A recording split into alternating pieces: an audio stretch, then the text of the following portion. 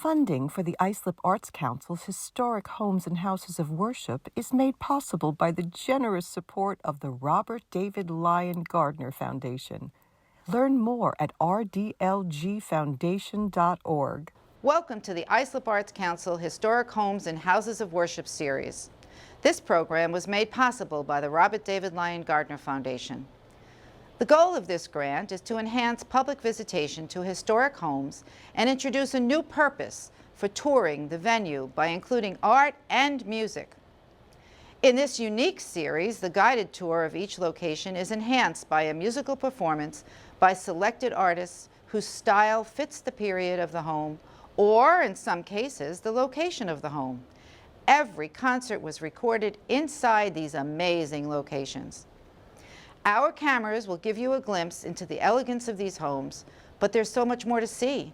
We weren't able to fit everything into this program. A known fact is that the town of Islip encompasses many smaller hamlets that were homes of the Gilded Age. So the next time that you're on the South Shore of Long Island in the town of Islip, a town of over 340,000 people, make sure to visit these historic homes and houses of worship and enjoy. I'm going across the sea, won't you come with me? Come with me, my pretty little miss, I'm going across the sea.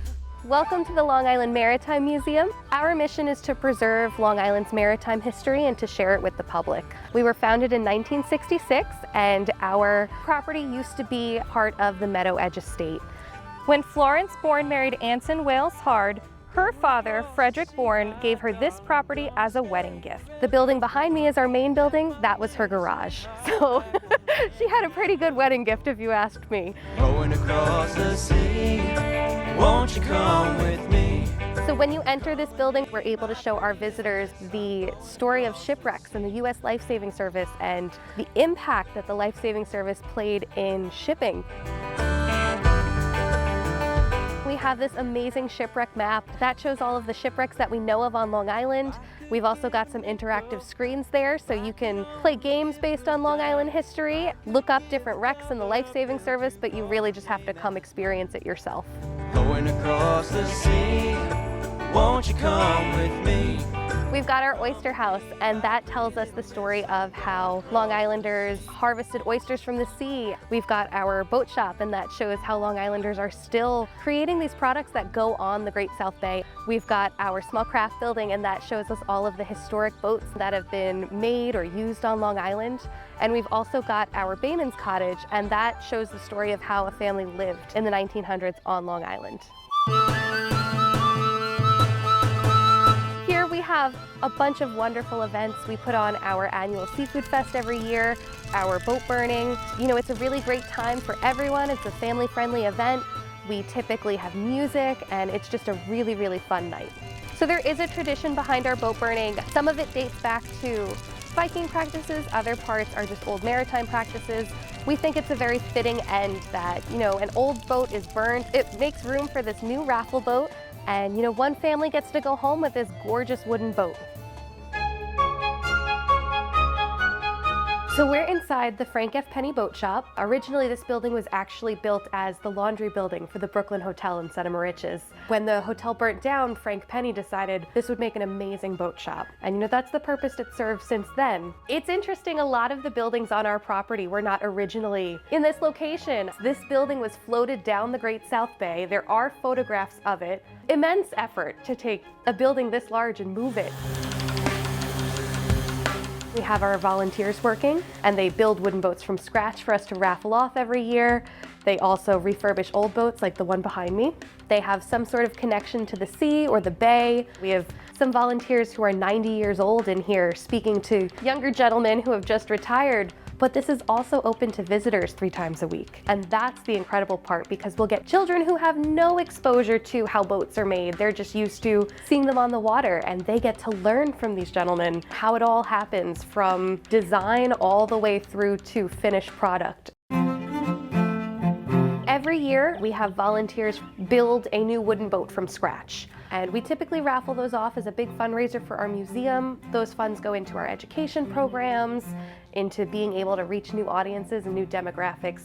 There's always going to be a boat that's being built, whether you come here this year, next year, the year after, 5 years from now, we're always building. And now let's enjoy some music from Quarter Horse.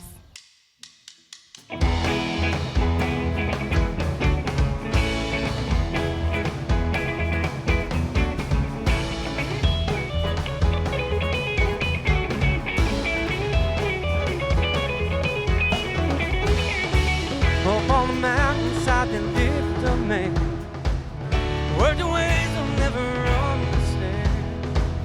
Splits wood with his bare right hand, punches food with just a frying pan. Once swallowed a cannonball, then swam up a waterfall. He stands barely 5 feet tall, yet he carries the whole weight of the world.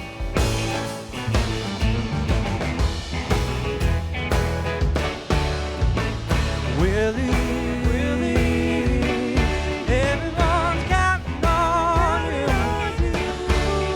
These are hard times and long lines we're trying to get through.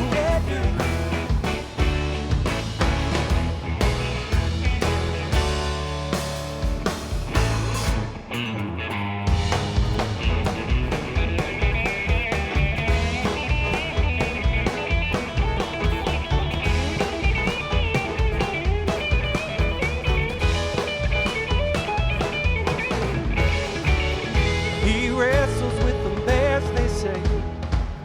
He won't quit until they run away. Townsfolk hope he's here to stay, 'cause they know that he's the only way. Races avalanches just for fun, then pops coffee down his boots when he's done. No cold feet when he's on the run. He's a spectacle for everyone.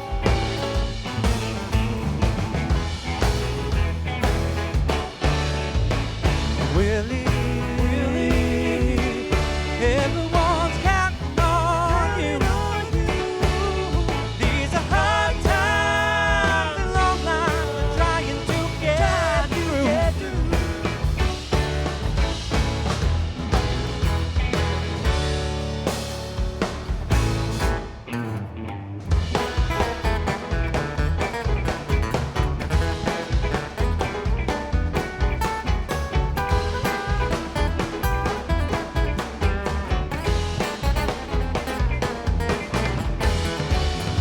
If you fall, he'll help you on your feet. Just know the situation won't repeat. You're still in the driver's seat. That's the root of his philosophy.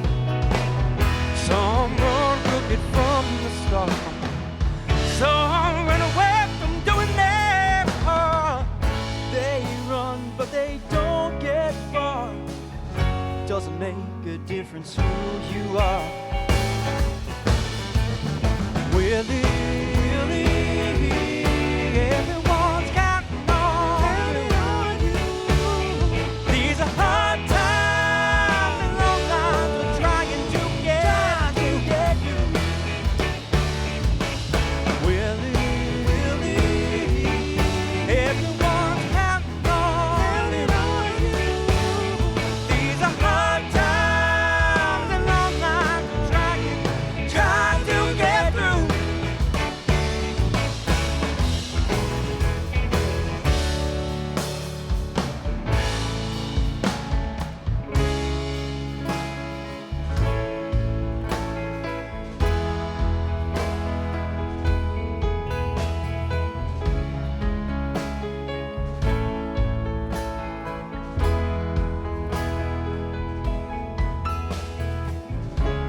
Song heard in a mountain town. You've been the only hope here since we've come around. You're keeping these wheels on the ground. Willie, bring your people down.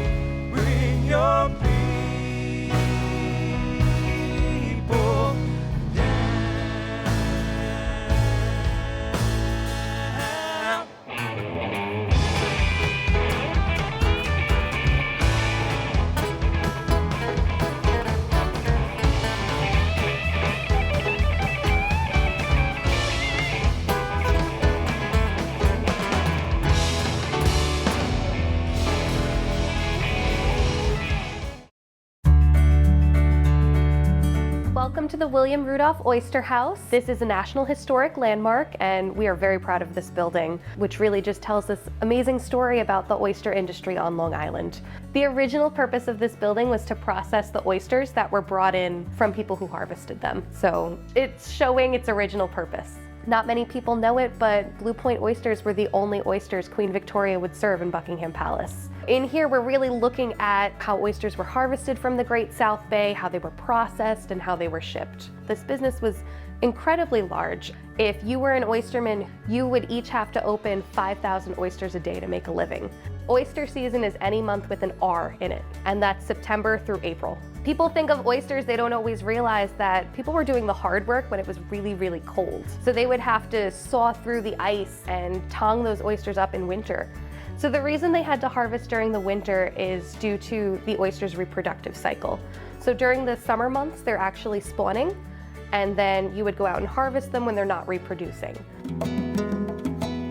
So there are all different kinds of tools for the oyster industry in this building. We have some of the tongs, some of the rakes. Once they cut through the ice and they brought those oysters up, they would be put in baskets, placed on a sled, and your horse would be sent back to shore. We have barrels for packing. We've got different tools that people would use to shuck and cull those oysters. We also have a representation of what, the boss's office would look like. So his office would never have been in our building originally. This is just to show the contrast between the workers' working conditions and his office. So the shells were really important as well. Sometimes they would be ground up and used to pave the streets. Other times they would be placed back in the bay. And that's actually a really important detail. For oysters to survive, they have to adhere to something hard. So they build oyster reefs. After the 1938 hurricane, the oyster industry took a big crash because there were different oyster diseases that went around. There were environmental issues caused by the increased inlets to the bay opening up. In the storm, a lot of the oysters were suffocated under all of the sand that had been thrown around in the storm and the runoff from duck farms. So oysters really declined then. Now they are starting to come back. There's a lot of efforts for people to reintroduce them to the bay. A lot of different organizations are working on that. We're not where we used to be, but things are getting better. And now, a classic sea shanty from Quarter Horse. Oh, the money that e'er I spent it in good company. And oh, the harm that e'er I've done, alas, it was to none but me. And all I've done for want of wit, to memory now I can't recall. So fill to me the parting glass. Good night, and joy be with you all. Oh, the comrades that e'er I've had are sorry for my going away. And oh, the sweethearts that e'er I've had would wish me one more day to stay. But since it falls unto my lot that I should rise and you should not, I'll gently rise and I'll softly call. Good night, and joy be with you all. Good night, and joy be with you all. Welcome to our small craft building. This building was originally an airplane hangar in the Bayshore area. So once again, we have another situation in which a historic building was moved here to fit a new purpose. In this building, we have more than 50 vessels, and they were all built or sailed on Long Island with a few exceptions. Next to me, we have two brothers. This is a ship that children especially love to see. They think it looks like a pirate ship, and it really draws them into this building. So this was built by Mr. Isbranson. He wanted to teach his grandsons to sail, but he wanted to teach them to sail like he learned to sail, on just a miniature version. But they weren't allowed to sail this boat until they knew the name of every line and what each one did. Abraham Lincoln is the oldest boat in our collection. She was a sandbagger, so as someone would take her out to go clamming, they would need to bring sandbags as ballast. As they caught more clams, they would throw the sand overboard to keep the weight balanced in the boat. We've got another boat that's an ice boat. I was surprised when I learned about ice racing because when I think boats, I think water. I've never for a million years thought ice. It was a sport specifically around the Belport Bay area because before Hurricane Sandy, that area froze very solid. So people would come out in these ice boats and they would race right around the Great South Bay. So this boat's a little different than the rest of our boats because it looks very flat. When I teach it to children, I tell them it looks almost like a hockey puck. It would pick up quite a bit of speed and people would sort of lean to get the sails to work the right way. We've got some historic footage as part of our digitized collections and it's beautiful to see. We've also got Alice V, who was one of the ferry boats that were in Long Island's waters. And our volunteers just recently restored that boat, so she is looking beautiful right now. These boats are permanent parts of our collection. They have been restored, so they are beautiful for you all to see. We do maintenance days where our volunteers come in here and shine them up for you. And they're a very interesting complement to what's discussed in our penny boat shop.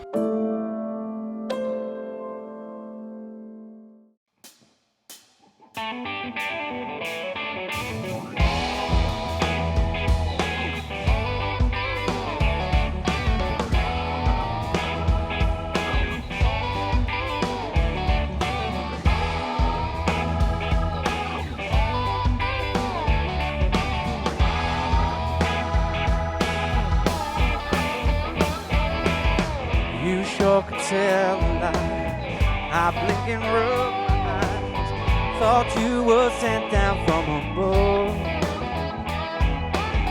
but I was blind to see that you turned out to be a cold woman, not worthy of my love. Well, you can't give me nothing. Well, you can't give me nothing. Well, you can't give me nothing, honey, but a good chance of breaking my heart again.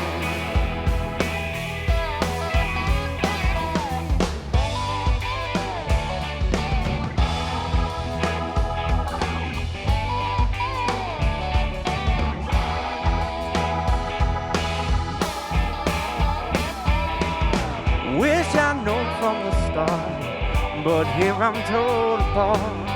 There's not much more than you can say. No shadow of a doubt, I finally figured out. Here's what I learned along the way. Well, you can't give me nothing. Well, you can't give me nothing. Well, you can't give me nothing, honey, but a good chance of breaking my heart again.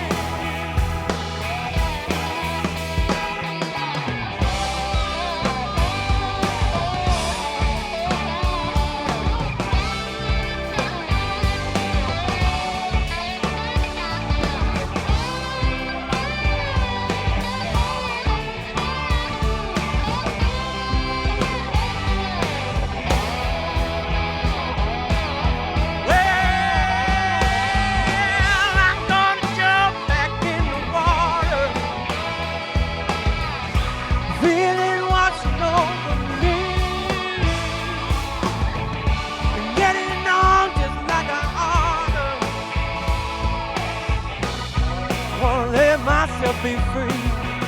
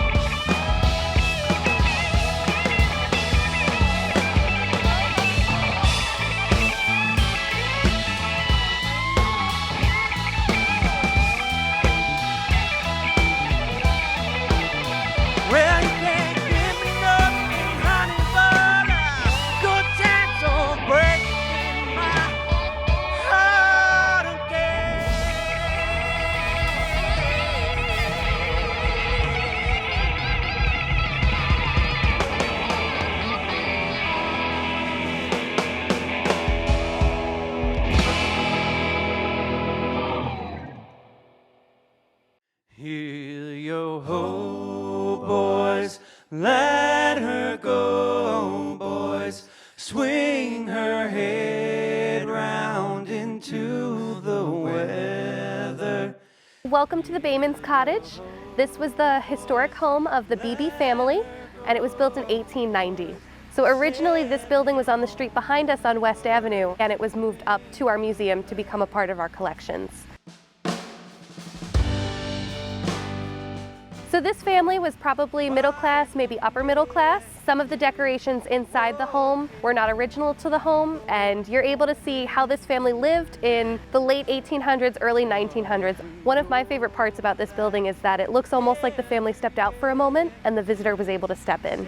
When you're driving up West Ave or other roads on the South Shore, you do notice houses that look like this, and that's because the bones of the houses haven't changed, even if people have added on to them. So you do see this Bayman-style housing a lot around here, which is really interesting because it connects us to our past. We can't fit everything in this video today, so definitely come stop by, and you can find out more information at limaritime.org. Sailing homeward to Mingle Lake.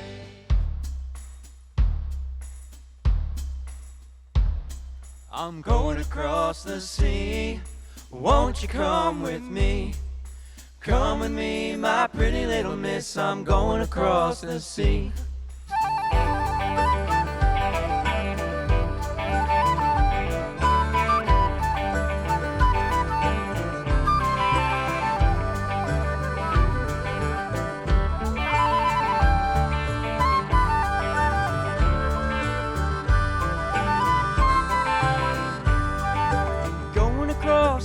My darling, gonna stay forevermore. Left my little sweetheart back home, standing at the door. Going across the sea, won't you come with me? Come with me, my pretty little miss. I'm going across the sea.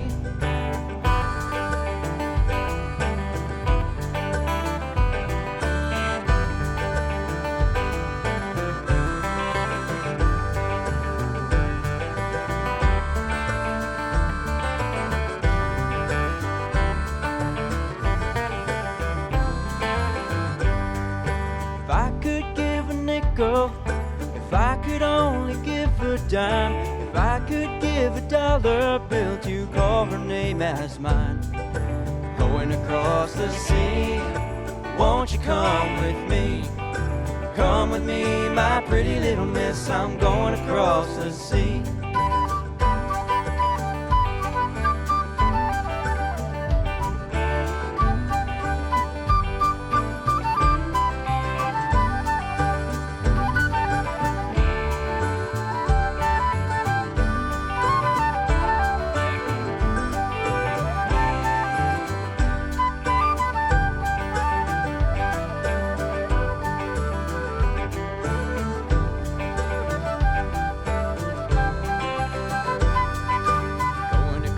The sea, won't you come with me?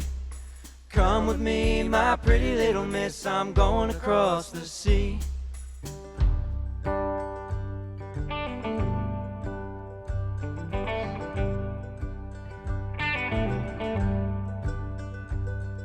The winds are howling low, my darling. The winds are howling oh so high. Come with me, my pretty little love, until the day I die. Till the day I die.